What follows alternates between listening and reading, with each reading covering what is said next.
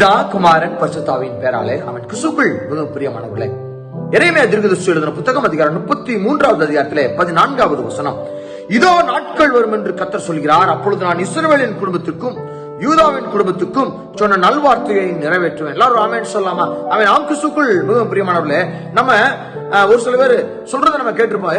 எனக்கு ஒரு நாள் வரும்டா, அந்த நாள் வரும்போது நான் பாரு நான் எப்படி எல்லாம் நடந்து கொள்றேன் அப்படின்னு சொல்லி நம்ம சொல்வதை கேட்டிருப்போம், இல்லைன்னா நம்ம சொல்லி இருப்போம். ஆனால் இங்கே ஆண்டவர் சொல்கிற வார்த்தை இது. ஆண்டவர் சொல்றார், இதோ நாட்கள் வரும், நான் என்னுடைய பிள்ளைகளுக்கு நான் சொன்ன அந்த வாக்குத்தத்தத்தை, அந்த நல்வார்த்தைகளை என்னுடைய குடும்பத்திற்கு, என்னுடைய பிள்ளைகளுடைய குடும்பத்திற்கு நான் நிறைவேற்றுவேன், அதை ஏற்ற காலத்திலே செய்வேன் என்று சொல்லி ஆண்டவர் இங்கே சொல்கிற வார்த்தை. அங்கே சிறைப்பட்டு இருந்த அந்த தீர்க்கதரிசி, எரேமியா தீர்க்கதரிசி சிறைப்பட்டு இருந்த நாட்களிலே ஆண்டவர் சொன்ன நல்வார்த்தை இது.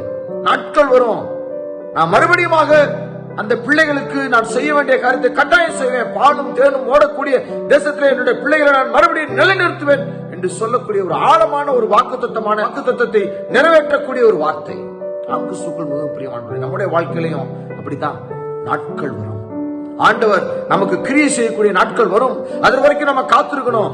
அவர் செயல்படுகின்ற வேளையில நம்ம சும்மா இருந்தா போதும், நம்ம அமைதியா இருந்தா போதும். அவர் நடத்தக்கூடிய காரியங்களை மற்ற கண்கள் பார்த்து பிரமிக்கும். எப்படி ஆண்டவர் உயர்த்துகிறார் பாருப்பா அந்த குடும்பத்தை, எப்படி வழி நடத்துகிறார் பாரு அந்த குடும்பத்தை, அந்த சந்ததிகளை எப்படி ஆண்டவர் பலப்படுத்தி அவர்களும் நல்ல உன்னதமான நிலையில நடத்தி கொண்டு வருகிறார் சொல்லி மற்றவர்கள் கண்கள் காணும்படியாக ஆண்டவர் சொல்கிறாரு, இதோ நாட்கள் வரும். ஆண்டவர் சொல்ற வார்த்தைங்க, உங்க குடும்பத்துக்கும் உங்களுடைய சந்ததிக்கும் ஆண்டவர் சொல்லக்கூடிய வார்த்தை, இதோ நாட்கள் வரும். நீங்க கவலைப்படாதீங்க, கஷ்டத்தோட இருக்காதீங்க.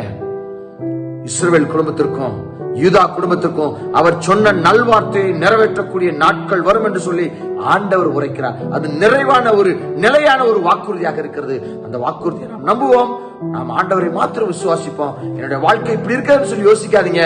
நாட்கள் வரும், கர்த்தர் உங்களை உன்னத நிலைக்கு, ஒரு உயர்ந்த நிலைக்கு, ஒரு நிறைவான வாழ்வுக்கு கட்டாயம் நடத்தி சொல்வார். கர்த்தர் தாமே நம்மோடு கூட இருந்து நம்மளை பலப்படுத்தி இஸ்ரவேல் குடும்பத்திற்கும் யூதா குடும்பத்திற்கும் நல்வார்த்தையை நிறைவேற்றுவேன் என்று சொன்னதை போல நம்முடைய குடும்பத்திற்கும் நம்முடைய சந்ததிக்கும் நல்வார்த்தையை கட்டாயம் நிறைவேற்றுவார். கர்த்தர் மேலே விசுவாசமார்கள்.